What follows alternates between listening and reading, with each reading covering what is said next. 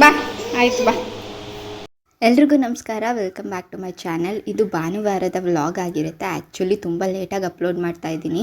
Video ಮಾಡ್ಕೊಂಡಿದ್ದೆ, ಆದರೆ editing ಮಾಡೋಕ್ಕೆ ನಂಗೆ ಸ್ವಲ್ಪ ಟೈಮ್ ಆಗಲಿಲ್ಲ. ಸೊ ಇವಾಗ ಅಪ್ಲೋಡ್ ಮಾಡ್ತಾ ಇದ್ದೀನಿ. ಅವತ್ತು ಅತ್ತೆ ಮತ್ತು ಹಸ್ಬೆಂಡು ಮದುವೆಗೆ ಹೋಗಿದ್ರು. ಅವ್ರು ಹೊಂಟೋದ್ರಲ್ಲ, ಇವನ್ನ ಕರ್ಕೊಂಡು ಹೋಗಲಿಲ್ಲ ಅಂತ ಅಂದ್ಬಿಟ್ಟು ಒಳಗೆ ಬಂದು ಮುನ್ಸ್ಕೊಂಡು ಕೂತ್ಕೊಂಡು ಅಳ್ತಾ ಇದ್ದ.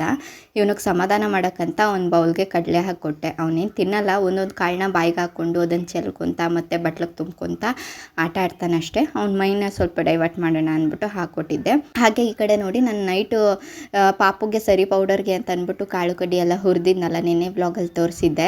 ಅದೆಲ್ಲ ನೀಟಾಗಿ ಆರಿದೆ. ನಾವು ಡೇ ಟೈಮ್ ಹುರ್ಕೊಂಡ್ರೆ ಸಂಜೆ ತನಕ ಆರಬೇಕಾಗುತ್ತೆ ಅದು. ಅದಕ್ಕೆ ಅಂತಲೇ ನಾನು ನೈಟೇ ಹುರ್ಕೊಂಬಿಟ್ಟೆ. ಬೆಳಗ್ಗೆ ನಾವು ಎದ್ದೇಳೋ ತನಕ ಆರಿರುತ್ತೆ, ಬೆಳಗ್ಗೆ ಹೋಗಿ ಮಿಲ್ ಮಾಡಿಸ್ಕೊಂಡು ಬರ್ಬೋದು. ಇಲ್ಲಿ ಗೋಡಂಬಿ, ಬಾದಾಮಿ, ಪಿಸ್ತಾ ಮತ್ತು ಕಡಲೆ ಬೀಜನೇ ಸಪ್ರೇಟಾಗಿ ಇಟ್ಕೊಂಡಿದ್ದೀನಿ ಬೇರೆ ಪ್ಲೇಟ್ಲಿ. ಯಾಕಂದರೆ ಈ ಕಡೆ ಇರೋದೆಲ್ಲ ಸಣ್ಣ ಸಣ್ಣ ಕಾಳುಗಳು, ಅಂದರೆ ರಾಗಿ, ಬೇಳೆ, ಹೆಸರು ಕಾಳು, ಇದೆಲ್ಲ ಸಣ್ಣ ಸಣ್ಣ ಕಾಳುಗಳಲ್ವಾ. ಇದು ಸೈಜು ಸ್ವಲ್ಪ ದೊಡ್ಡದಾಗಿರುತ್ತೆ. ಲಾಸ್ಟ್ ಟೈಮ್ ಮಿಲ್ ಮಾಡಿಸ್ಕೊಂಬರೋಕೆ ಹೋಗಿದ್ದಾಗ ಮಿಲ್ಲವರು ಹೇಳಿದ್ರಂತೆ, ಈ ಬಾದಾಮಿ ಎಲ್ಲ ಸ್ವಲ್ಪ ಸಣ್ಣ ಸೈಜ್ ಮಾಡಿ ಅದು ಮಿಷಿನ್ಗೆ ಹಾಕಿದಾಗ ಸರಿಯಾಗಿ ಸಿಕ್ಕಲ್ಲ, ಮೇಲ್ಗಡೆಗೆ ಆರ್ಬಿಡುತ್ತೆ ಅಂತ ಹೇಳಿದ್ರಂತೆ.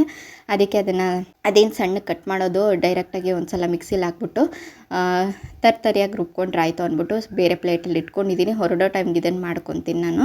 ಮತ್ತು ಹಂಗೆ ಸ್ವಲ್ಪ ಲೈನಿಂಗ್ ಬಟ್ಟೆ ಎಲ್ಲ ತರಬೇಕಾಗಿತ್ತು, ಮದುವೆ ಇತ್ತಲ್ಲ, ಬ್ಲೌಸ್ ಸ್ಟಿಚ್ ಮಾಡ್ಕೋಬೇಕಾಗಿತ್ತು, ನಂದು ಅತ್ತೆದು ನಮ್ಮ ರಿಲೇಟಿವ್ಸ್ ಎಲ್ರದ್ದು. ಸೊ ಲೈನಿಂಗು, ಲೇಸು ಇದೆಲ್ಲನೂ ತೊಗೊಬರೋಣ, ಒಟ್ಟಿಗೆ ಹಂಗೆ ಮಿಲ್ ಮಾಡಿಸ್ಕೊಂಡು ಬರೋಣ ಅಂತ ಅಂದ್ಬಿಟ್ಟು ಇಟ್ಟಿದ್ದೀನಿ.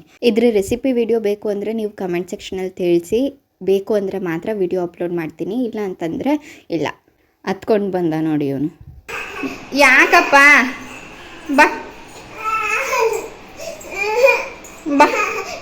ಒಳಗಡೆ ನಾನು ಇವನ್ನ ಸಮಾಧಾನ ಮಾಡ್ತಾ ಕೂತಿದ್ದೆ, ಆದರೆ ಹೊರಗಡೆ ಕೋತಿ ಬಂದುಬಿಟ್ಟು ಕೋಳಿ ಮೊಟ್ಟೆ ಇಟ್ಟಿತ್ತಲ್ಲ, ಅದನ್ನ ಎತ್ಕೊಂಡು ಹೊಂಟೋಗ್ಬಿಟ್ಟಿತ್ತು.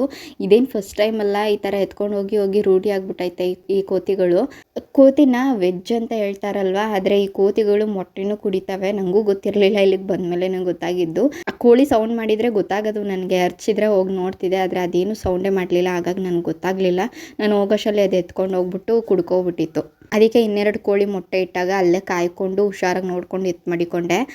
ಅವನ್ನ ಹೆಂಗೋ ಸಮಾಧಾನ ಮಾಡಿ ಇವಾಗ ಮೈ ತೊಳೆದು ರೆಡಿ ಮಾಡಿದೆ. ಅಲ್ಲಿ ನೋಡಿ, ಅವನಿಗೆ ರೋಡ್ ಮೇಲೆ ಜ್ಞಾನ. ಅಲ್ಲಿ ಮಾವಿನಕಾಯಿ ಕೀಳ್ತಾ ಇದ್ದಾವೆ ಮಕ್ಕಳು, ಅದನ್ನು ನೋಡ್ಕೊಂಡು ನಿಂತವನೇ. ಅಲ್ಲೇ ಮರ ಐತೆ, ಮಾವಿನಕಾಯಿ ಮರ, ಅದನ್ನು ನೋಡ್ತಾ ನಿಂತವನೇ. ಬಾ ಬಿಸಿಲು ಬಪ್ಪ.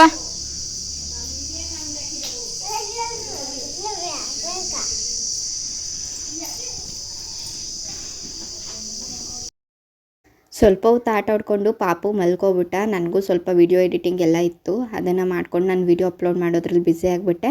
ಆಮೇಲೆ ಸ್ವಲ್ಪ ಹೊತ್ತು ಬಿಟ್ಟು ಶೋಕು ಕಾಲ್ ಮಾಡಿದ್ರು, ಅಂದರೆ ನನ್ನ ಹಸ್ಬೆಂಡ್ ಕಾಲ್ ಮಾಡಿದ್ರು, ಇನ್ನಿನ್ನು 30 ಮಿನಿಟ್ಸು ಹೊರಟ್ವಿ ನಾನು, ರೆಡಿ ಆಗು ಅಂತ.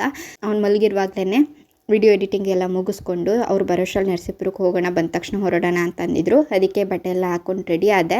ನಾನು ರೆಡಿ ಆಗೋಷ್ಟರಲ್ಲಿ ಅವರು ಬಂದರು. ಅವ್ರು ಬರೋಷ್ಟರಲ್ಲಿ ಪಾಪುನು ಎದ್ಬಿಟ್ಟ. ಬರುವಾಗ ಅವರಪ್ಪ ಲಾಲಿಪಾಪ್ ತಂದಿದ್ರು. ನೋಡಿ ಹೆಂಗೆ ತಿಂತ ನಿಂತಿದ್ದಾನೆ. ನನಗೆ ಹೇಳ್ಬೇಕು ಅಂದರೆ ನಂಗೆ ಸ್ವೀಟು, ಈ ಚಾಕ್ಲೇಟ್ಸು, ಲಾಲಿಪಾಪ್ ಇದೆಲ್ಲ ಕೊಡಿಯೋಕ್ಕೆ ಭಯ ಆಗುತ್ತೆ ಅವನಿಗೆ. ಯಾಕಂದರೆ ಇನ್ನೂ ಚಿಕ್ಕ ಏಜ್ ಅಲ್ವಾ, ಇವಾಗ ತಾನೇ ಹಲ್ಗಳು ಬರ್ತಾ ಇದ್ದಾವೆ. ಇಲ್ಲ ಇದೆಲ್ಲ ತಿಂದು ಅದೆಲ್ಲಿ ಹಲ್ಲು ಉಳ್ಕಲಾಗ್ಬಿಡುತ್ತೋ ಅಂತ ಭಯ ನನಗೆ. ಆದರೆ ಅವ್ರು ಏನು ಮಾಡೋದು, ಪ್ರೀತಿಯಿಂದ ತಂದುಕೊಡ್ತಾರೆ. ಬೇಡ ನನಗೂ ಇಲ್ಲ, ಬಿಡೋಗೂ ಇಲ್ಲ, ಆ ಥರ ಆಗಿಬಿಡುತ್ತೆ. ಇನ್ನೇನು ಜಾಸ್ತಿ ತಿನ್ನೋದು ಇಲ್ಲ, ಫುಲ್ ಕಂಪ್ಲೀಟಾಗಿ ತಿನ್ನಲ್ಲ. ಒಂದು ಸ್ವಲ್ಪ ಹೊತ್ತು 1-2 ಸಲ ಚೀಪ್ಬಿಟ್ಟು ಇಟ್ಬಿಡ್ತಾನೆ. ಅದಕ್ಕೆ ನಾನು ಸುಮ್ಮನಾಗ್ಬಿಡ್ತೀನಿ, ಏನೂ ಮಾತಾಡಲ್ಲ. ಬೆಳಿಗ್ಗೆ ಹೇಳಿದ್ನಲ್ವಾ, ಈ ಬಾದಾಮಿ, ಗೋಡಂಬಿ ಇದೆಲ್ಲ ಸಪ್ರೇಟಾಗಿ ಇಟ್ಟಿದ್ದೆ ಅಂತ, ಇದೆಲ್ಲ ಪೌಡ್ರು ಮಾಡ್ಕೊಳ್ಳೋಣ ಅಂತ ಅಂದ್ಬಿಟ್ಟು ಮಾಡ್ಕೊತಾ ಇದ್ದೀನಿ. ನಾನು ತರಿಯಾಗಿ ರುಬ್ಕೊಳ್ಳೋಣ ಅಂತ ಅಂದ್ಕೊಂಡೆ, ಅದು ಸ್ವಲ್ಪ ಜಾಸ್ತಿನೇ ಪೌಡ್ರ್ ಆಗಿಬಿಡ್ತು. ಇರಲಿ ಪರವಾಗಿಲ್ಲ ಅಂದ್ಬಿಟ್ಟು ರುಬ್ಕೊಂಡು ಈ ಕಾಳು ಕಡ್ಡಿ ಏನು ಹುರಿದಿಟ್ಕೊಂಡಿದ್ನಲ್ಲ ಇದ್ರ ಜೊತೆಗೆ ಬೆರೆಸ್ಕೊಂಡೆ. ಎಲ್ಲನೂ ಅದೇ ಪಾತ್ರೆಗೆ ಹಾಕ್ಬಿಟ್ಟು ಮಿಕ್ಸ್ ಮಾಡ್ಕೊಂಡು ಒಂದು ಬಕೆಟಿಗೆ ಸುರ್ಕೊಂಡು ಹೋದೆ, ಮಿಲ್ಗೆ ಹೋಗ್ಬೇಕಾಗಿತ್ತಲ್ಲ ಅದಕ್ಕೆ. ಅಂದರೆ ನಮ್ಮೂರಲ್ಲೂ ಇದೆ ಇದು. ನಮ್ಮೂರಲ್ಲಿ ಈ ದಿನಸಿ ಐಟಮ್ಸು ಮತ್ತು ಮಿಲ್ ಕೂಡ ಇದೆ ಒಂದು, ಆದರೆ ಅಷ್ಟು ನೀಟಾಗಿ ನೈಸಾಗಿ ಬಿಡಲ್ಲ. ಪಾಪುಗಲ್ವಾ, ತರಿಯಾಗಿ ಸಿಕ್ಕಿದ್ರೆ ಅವ್ರಿಗೆ ತಿನ್ನೋಕ್ಕೊಂಥರ ಇದಾಗುತ್ತೆ. ಅದಕ್ಕೆ ನೈಸಿಗೆ ಬೇಕು ಅಂತ ಅಂದ್ಬಿಟ್ಟು ನಾವು ಟೌನ್ಗೆ ಹೋಗ್ಬಿಟ್ಟು ಬಿಡ್ಸ್ಕೊಂಡು ಬರ್ತೀವಿ. ನಮ್ಮೂರಲ್ಲಿ ಹೆಂಗೆ ಅಂತಂದರೆ ಈ ದಿನಸಿ ಐಟಮ್ಸು ಇದೆಲ್ಲ ಬಿಟ್ಟರೆ ಇನ್ನೇನು ಸಿಗೋದಿಲ್ಲ. ಏನು ಬೇಕು ಅಂದರೂ ಟೌನ್ಗೆ ಹೋಗಬೇಕು, ಲೈನಿಂಗ್ ತರೋಕ್ಕಾಗಲಿ, ಅಥವಾ ಬ್ಲೌಸ್ ಸ್ಟಿಚ್ ಮಾಡ್ಸೋಕ್ಕೆ, ಅಥವಾ ವರ್ಕ್ಗೆ ಕೊಡೋಕ್ಕಾಗಲಿ, ಇನ್ನೇನೇ ಒಂದು ಕೆಲಸ ಇದ್ದರೂ, ತರಕಾರಿ ಇವೆಲ್ಲ ಫ್ರೆಶ್ಶಾಗಿ ಸಿಗಬೇಕು ಅಂತಂದರೆ ನಾವು ಟೌನ್ಗೆ ಹೋಗಿ ತರಬೇಕಾಗುತ್ತೆ. ಇಲ್ಲಿ ಏನೂ ಸಿಕ್ಕಲ್ಲ ನಮಗೆ. ಅದಕ್ಕೆ ಎಲ್ಲ ಕೆಲಸ ಒಟ್ಟಿಗೆ ಆಗುತ್ತೆ ಅಂತ ಅಲ್ಲಿಗೆ ಹೋದ್ವಿ ನಾವು. ಅಂಗಡಿಗೆ ಬಂದೆ ನೋಡಿ. ಇಲ್ಲಿ ನಾನು ಲೈನಿಂಗ್ನ ಎಲ್ಲನೂ ಕಟ್ ಮಾಡಿಸ್ಕೊತಾ ಇದ್ದೆ, ಇವರ ವೀಡಿಯೋ ಮಾಡ್ತಾಯಿದ್ರು. ಆ್ಯಕ್ಚುಲಿ ಇದು ನಮ್ಮ ಫಸ್ಟ್ ಟೈಮ್ ಅಲ್ವಾ, ಅಂದರೆ ವ್ಲಾಗ್ಸ್ ಮಾಡಿ ನಮ್ಗೆ ಅಷ್ಟು ಅಭ್ಯಾಸ ಇಲ್ಲ. ಸ್ವಲ್ಪ ಈ ಪಬ್ಲಿಕ್ ಪ್ಲೇಸ್ಗಳಲ್ಲಿ ಮಾತಾಡ್ಕೊಂಡು ವೀಡಿಯೋ ಮಾಡೋದಿರಲಿ, ಬರೀ ಕ್ಯಾಮ್ರಾ ಇಟ್ಕೊಂಡು ಫೋನ್ ಇಟ್ಕೊಂಡು ವೀಡಿಯೋ ಮಾಡೋಕ್ಕೇ ಒಂಥರ ಮುಜುಗರ ಅನಿಸುತ್ತೆ. ಅವ್ರಿಗೆ ವೀಡಿಯೋ ಮಾಡ್ಕೊಳ್ಳಿ ಅಂದರೆ ಹೋಗೋ ನಾನು ಮಾಡಲ್ಲ ಅಂತಂದರು. ಆಮೇಲೆ ಅವರೇ ಕೊಡು ಫೋನ್ ಆಯಿತು ಅಂತ ಅಂದ್ಬಿಟ್ಟು ವೀಡಿಯೋ ಮಾಡಿಕೊಟ್ರು. ಒಂದು ಶಾರ್ಟ್ ಕ್ಲಿಪ್ಪಿಂಗ್ ಅಷ್ಟೇ ಇದು. ಅಲ್ಲಿ ಲೇಸ್ಗಳು ಡಿಸೈನ್ ನೋಡ್ತಾ ಇದ್ದರೆ ತಗೋಬೇಕು ಅನಿಸುತ್ತೆ, ಆದರೆ ಎಲ್ಲನೂ ತಗೊಳಕ್ಕಾಗಲ್ಲ ಅಲ್ವಾ. ನಮ್ಗೆ ಯಾವ್ದು ಮ್ಯಾಚಿಂಗ್ ಬೇಕೋ ಅದು ಮಾತ್ರ ತೊಗೊಂಡು ಏನೇನು ಐಟಮ್ಸ್ ಬೇಕಿತ್ತು ಎಲ್ಲನೂ ತೊಗೊಂಡು ಬಂದೆ. ನಾವು ಬರೋಷ್ಟರಲ್ಲಿ ನೋಡಿ ಇವನು ಬಕೆಟಲ್ಲಿ ನೀರು ಇಟ್ಕೊಂಡು ಸುರ್ಕೊಂಡು ಆಟ ಆಡ್ತಾ ನಿಂತಿದ್ದ. ಅತ್ತೆ ಮರಿಗಳಿಗೆ ಸೊಪ್ಪು ಕಟ್ತಾಯಿದ್ರು. ಈ ನೀರು ಅಂತ ಅಂದ್ಬಿಟ್ರೆ ಇವನು ಒಳಕ್ಕೆ ಬರಲ್ಲ, ಅಷ್ಟು ನೀರು ನೀರು ನೀರು ಅಂತ ಆಟ ಆಡ್ತಾನೆ. ಅದಾದಮೇಲೆ ಅವನಿಗೆ ಡ್ರೆಸ್ ಚೇಂಜ್ ಮಾಡಿಬಿಟ್ಟು ನಾನು ಸ್ವಲ್ಪ ಟೈಮ್ ಸ್ಪೆಂಡ್ ಮಾಡಿದೆ ಅವನ ಜೊತೆಲಿ. ವೀಡಿಯೋ ಮಾಡ್ಕೊಳಕ್ಕಾಗಲಿಲ್ಲ. ಮತ್ತು ಇದು ಸಂಜೆ ವೀಡಿಯೋ ಕಂಟಿನ್ಯೂ ಮಾಡ್ಕೊಂಡಿದ್ದು ನೋಡಿ. ನಾವು ಬರೋಷ್ಟರಲ್ಲಿ ಅತ್ತೆ ಚೊಟ್ಟೆಕಾಯಿ ಕೊಟ್ಟಿದ್ರು ಪಕ್ಕದ ಮನೆಯವರು ಅಂತ ಅಂದ್ಬಿಟ್ಟು ತಂದಿದ್ರು. ನಾನು ನನ್ನ ಹಸ್ಬೆಂಡು ಇದನ್ನು ಬಿಡಿಸ್ಕೊಂಡ್ವಿ. ಆ್ಯಕ್ಚುಲಿ ಇದೇ ನಾನು ಫಸ್ಟ್ ಟೈಮ್ ಇದನ್ನು ನೋಡ್ತಾ ಇರೋದು. ನನ್ನ ಲೈಫಲ್ಲೇ ನಾನು ನೋಡಿರಲಿಲ್ಲ, ಹೆಸರು ಕೂಡ ಕೇಳಿರಲಿಲ್ಲ. ನೋಡೋಕ್ಕೆ ಇದು ಸೇಮ್ ಹಲಸಂದೆಕಾಯಿ ಬರುತ್ತಲ್ವ, ಅದೇ ಥರ ಇರುತ್ತೆ. ಆದರೆ ಸೈಜು ಮತ್ತು ಲೆಂತು ಸ್ವಲ್ಪ ದೊಡ್ಡದಾಗಿರುತ್ತೆ ಅಷ್ಟೇ. ಕಾಳುಗಳು ಅಷ್ಟೇ ಸೇಮ್ ಅದೇ ಥರ ಇರುತ್ತೆ. ಸ್ವಲ್ಪ ಉದ್ದಕ್ಕೆ ಬೀನ್ಸ್ ಕಾಳು ಬರುತ್ತಲ್ಲ ಆ ಥರ ಇರುತ್ತೆ. ಇದನ್ನು ಬಿಡಿಸ್ಕೊಂಡು ಕಾಳುಗಳನ್ನೆಲ್ಲ ಎಡ್ಕೊಂಡು ರೆಡಿ ಮಾಡ್ಕೊಂಡಿದ್ವಿ. ಸಾಂಬಾರು ಮಧ್ಯಾಹ್ನನೇ ಮಾಡ್ಕೊಂಡಿದ್ದೆ, ಸೊ ಸಾಂಬಾರು ಮಾಡೋ ಅವಶ್ಯಕತೆ ಇರಲಿಲ್ಲ. ಅದಕ್ಕೆ ಇದನ್ನು ಸೈಡ್ಸ್ಗೆ ನೆಂಚ್ಕೊಳ್ಳೋಕ್ಕೆ ಅಂತ ಅಂದ್ಬಿಟ್ಟು ಪಲ್ಯ ಮಾಡಿಕೊಂಡೆ. ನಾನು ಇದನ್ನು ಫಸ್ಟ್ ಟೈಮ್ ಮಾಡ್ತಿರೋದು, ಯಾವ ರೀತಿ ಮಾಡೋದು ಅಂತ ಗೊತ್ತಾಗಲಿಲ್ಲ. ಸೊ ಮಾಮೂಲಿಯಾಗಿ ನಾವು ಯಾವ ಥರ ಪಲ್ಯ ಮಾಡ್ಕೊತೀವೋ ಅದೇ ಥರ ಮಾಡಿಕೊಂಡೆ. ಫಸ್ಟು ಈ ಕಾಯಿನ ಏನಿದೆ ಇದನ್ನು ಕುಕ್ಕರ್ಗೆ ಹಾಕಿ ಬೇಯಿಸ್ಕೊಬಿಟ್ಟೆ. ಇದ್ರ ನೀರೇನು ಅವಶ್ಯಕತೆ ಇರಲಿಲ್ಲ, ಹಾಗಾಗಿ ನೀರು ಜಾಸ್ತಿ ಹಾಕಲಿಲ್ಲ ನಾನು. ಕುಕ್ಕರ್ಗೆ ಕಾಳುಗಳೇನಿತ್ತು ಕಾಯಿ ಕಾಳು ಎಲ್ಲನೂ ಒಟ್ಟಿಗೆ ಹಾಕ್ಬಿಟ್ಟು ಒಂದು ಸ್ವಲ್ಪ ಉಪ್ಪು ಹಾಕ್ಬಿಟ್ಟು, ಜಾಸ್ತಿ ನೀರು ಹಾಕಲಿಲ್ಲ. ಆಮೇಲೆ ಅದು ವೇಸ್ಟ್ ಆಗುತ್ತಲ್ವ, ಅದಕ್ಕೆ ಒಂದು ಸ್ವಲ್ಪ ಅದು ಎಷ್ಟು ಬೇಯಕ್ಕೆ ಎಷ್ಟು ಬೇಕೋ ಅಷ್ಟು ನೀರು ಹಾಕ್ಬಿಟ್ಟು ಒಂದೇ ಒಂದು ಸಣ್ಣ ಟೊಮೊಟೊ ಹಾಕ್ಕೊಂಡೆ. ಒಂದು ಸಣ್ಣ ಟೊಮೊಟೊ ಹಾಕ್ಬಿಟ್ಟು ಕುಕ್ಕರ್ನ ಮುಚ್ಕೊಂಡು ಒಂದು ವಿಷಲ್ನ ಕೂಗಿಸ್ಕೊಂಡೆ. ಆ್ಯಕ್ಚುಲಿ ಎರಡನೇ ಕೂಗಿಸ್ಕೊಂಡೆ, ಅದು ತುಂಬ ಬೆಂದೋಗ್ಬಿಟ್ಟಿತ್ತು. ಎರಡೇನು ಅವಶ್ಯಕತೆ ಇರಲಿಲ್ಲ, ಒಂದೇ ಒಂದು ಸಾಕು ಅಂತ ಅನ್ನಿಸ್ತು. ಒಂದು ಕೂಗಿಸ್ಕೊಂಡ್ರೆ ಸಾಕಾಗುತ್ತೆ. ಕುಕ್ಕರ್ದು ಏರೆಲ್ಲ ಹೋಗಿತ್ತು ಅದನ್ನು ತೆಗೆದ್ಬಿಟ್ಟು ಒಂದು ಪಾತ್ರೆಗೆ ಹಾಕ್ಕೊಂಡು ನೀರೆಲ್ಲ ಬಸ್ತು ತೆಗ್ದಾದ್ಮೇಲೆ ಈ ಟೈಮಲ್ಲಿ ನೀವು ಕಾಯಿನ ತಿಂದು ನೋಡಿ, ಅದು ಉಪ್ಪು ಗೊತ್ತಾಗುತ್ತೆ. ನಾವು ಉಪ್ಪು ಹಾಕಿರ್ತೀವಲ್ವ, ಉಪ್ಪು ಜಾಸ್ತಿ ಆದರೆ ಅದ್ರ ಮೇಲೆ ಸ್ವಲ್ಪ ನೀರು ಹಾಕ್ಬಿಡಿ. ಅದು ಉಪ್ಪಂಶ ಏನಿರುತ್ತೆ ಅದು ಕಡಿಮೆ ಆಗುತ್ತೆ. ಅಕಸ್ಮಾತ್ ಕಡಿಮೆ ಅಂತ ಅನಿಸಿದ್ರೆ ನಾವು ಈಗ ಒಗ್ಗರಣೆ ಕೊಡ್ತೀವಲ್ವ, ಆ ಟೈಮಲ್ಲಿ ಉಪ್ಪು ಹಾಕ್ಕೊಂಡ್ರೆ ಸರಿ ಹೋಗುತ್ತೆ. ಇಲ್ಲಿ ಕರೆಕ್ಟಾಗಿತ್ತು, ಉಪ್ಪೇನು ಅವಶ್ಯಕತೆ ಇರಲಿಲ್ಲ, ಅದಕ್ಕೆ ನಾನೇನು ಹಾಕ್ಕೊಳ್ಳಿಲ್ಲ ಒಗ್ಗರಣೆಗೂ ಕೂಡ. ಕಾಯಿನೇ ಕರೆಕ್ಟಾಗಿ ಉಪ್ಪೆಲ್ಲ ಇಟ್ಕೊಂಡಿತ್ತು. ನಾವು ಬೇಕಿದ್ರೆ ಕೂಗಕ್ಕೆ ಹಾಕಲಿಲ್ಲ ಅಂತಂದರೂ ಡೈರೆಕ್ಟಾಗಿ ಒಗ್ಗರಣೆಗೆ ಹಾಕೊಳ್ಳುವಾಗಲೇ ಉಪ್ಪನ್ನ ಹಾಕ್ಬೋದು. ಆದರೆ ಕೂಗಕ್ಕೆ ಹಾಕಿದ್ರೆ ಕಾಯಿ ಅಥವಾ ಕಾಳು ಎಲ್ಲ ಚೆನ್ನಾಗಿ ಉಪ್ಪನ್ನ ಹಿಡ್ದಿರುತ್ತೆ, ಹೊಂದ್ಕೊಂಡಿರುತ್ತೆ ನೀಟಾಗಿ. ಅದಕ್ಕೆ ನಾನು ಕೂಗುವಾಗಲೇ ಹಾಕ್ತೀನಿ. ಉಳ್ಳಿ ಒಗ್ಗರಣೆ ಅಥವಾ ಉಳ್ಳಿ ಸಾಂಬಾರು ಮಾಡುವಾಗಲೂ ಅಷ್ಟೇ, ನಾನು ಕೂಗಿಸ್ಕೊಳ್ಳುವಾಗಲೇ ಉಪ್ಪು ಹಾಕ್ಬಿಟ್ಟು ಕೂಗಿಸ್ಕೊಬಿಡ್ತೀನಿ. ಒಗ್ಗರಣೆಗೆ ರೆಡಿ ಮಾಡ್ಕೊಂಡಿದ್ದೀನಿ. ಒಗ್ಗರಣೆಗೆ ಅಂತ ನಾನಿಲ್ಲಿ ಈರುಳ್ಳಿ, ಒಣಮೆಣ್ಸಿಕಾಯಿ, ಬೆಳ್ಳುಳ್ಳಿ, ಕರಿಬೇವು ಮತ್ತು ಸ್ವಲ್ಪ ಕಾಯಿ ತುರಿನ ತೊಗೊಂಡಿದ್ದೀನಿ.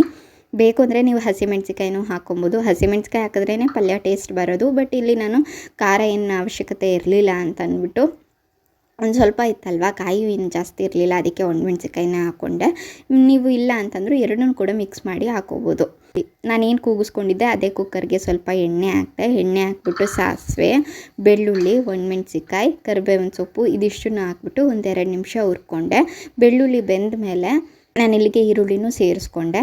ಟೊಮೊಟೊ ಏನೂ ಹಾಕಲಿಲ್ಲ, ಟೊಮೊಟೊ ಕೂಗುವಾಗಲೇ ಹಾಕ್ಕೊಂಡಿದ್ವಲ್ವ. ಆಮೇಲೆ ಟೊಮೊಟೊ ಜಾಸ್ತಿ ಆಗಿಬಿಟ್ರೆ ಸ್ವಲ್ಪ ಹುಳಿ ಫ್ಲೇವರ್ ಬಂದುಬಿಡುತ್ತೆ, ಅದಕ್ಕೆ ನಾನು ಮತ್ತೆ ಏನು ಹಾಕಲಿಲ್ಲ. ಈರುಳ್ಳಿನ ಟ್ರಾನ್ಸ್ಪರೆಂಟ್ ಆಗೋ ತನಕ ಸ್ವಲ್ಪ ಬೇಯಿಸ್ಕೊಂಡ್ರೆ ಸಾಕಾಗುತ್ತೆ. ಈ ಪಲ್ಯಗಳಿಗೆಲ್ಲಕ್ಕೂ ಅಷ್ಟೇ, ನಾವೇನೇ ಪಲ್ಯ ಮಾಡಿದ್ರು ಈರುಳ್ಳಿನ ತುಂಬ ರೋಸ್ಟ್ ಮಾಡಿಬಿಟ್ರೆ ಅಷ್ಟು ಟೇಸ್ಟ್ ಬರೋದಿಲ್ಲ.